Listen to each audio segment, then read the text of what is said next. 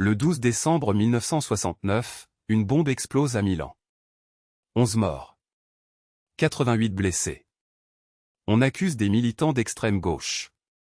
Mais des documents secrets révèlent bientôt une vérité impossible, l'attentat a été orchestré par les services secrets italiens, avec la complicité de l'OTAN.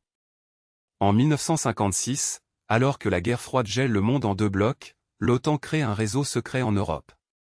Son nom de code, Gladio. Son objectif officiel, résister à une invasion soviétique. Mais la réalité est bien plus sombre. Des milliers d'hommes armés, infiltrés dans les sociétés européennes, prêts à agir. Des caches d'armes dissimulées. Des plans d'attentats. Et au cœur de tout cela, une question qui hante, et si l'ennemi n'était pas à l'Est, mais déjà parmi nous? L'opération Gladio naît dans le plus grand secret. L'OTAN, avec la CIA et le MI6 britannique, crée des réseaux stay behind dans presque tous les pays européens. En Italie, le réseau compte des milliers de membres, militaires, policiers, mais aussi civils, journalistes, hommes politiques.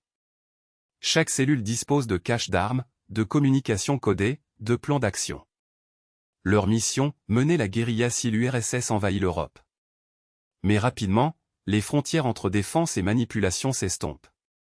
En Italie, le réseau Gladio s'allie avec des fascistes notoires, des anciens de la République de Salo, des criminels de guerre fascistes. Des hommes comme Valerio Borghese, le prince noir, ancien commandant de la X-Flotilla MAS, devenu le chef de facto de Gladio en Italie. Ensemble, ils préparent quelque chose de bien différent d'une résistance anti-soviétique. Les années 1960 et 1970 voient l'Italie plongée dans le terrorisme. Des bombes explosent dans des gares, des banques, des rues. On accuse les brigades rouges, l'extrême gauche. Mais les documents secrets révèlent une réalité glaçante, ces attentats sont orchestrés par Gladio, avec la complicité des services secrets italiens. C'est la stratégie de la tension, créer le chaos, répandre la peur, puis proposer l'ordre fasciste comme solution. En 1969, la Piazza Fontana à Milan, 17 morts. En 1974, la gare de Bologne, 85 morts. Chaque fois, les coupables officiels sont de gauche.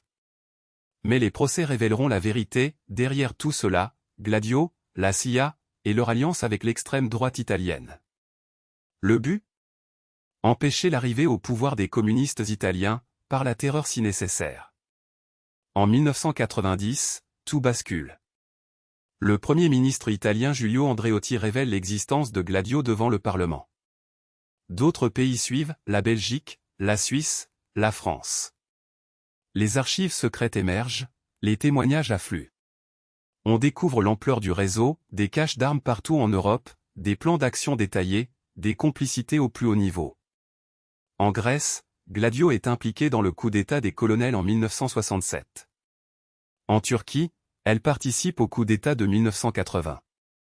Partout, le même scénario, manipulation, terreur, contrôle. L'OTAN nie officiellement, mais certains pays avouent leur implication. La question demeure, combien de démocraties ont été sacrifiées au nom de la lutte anticommuniste? L'opération Gladio n'est pas qu'un épisode historique. C'est un miroir tendu à nos sociétés, celui des manipulations étatiques, des armées secrètes, de la frontière poreuse entre défense et terrorisme.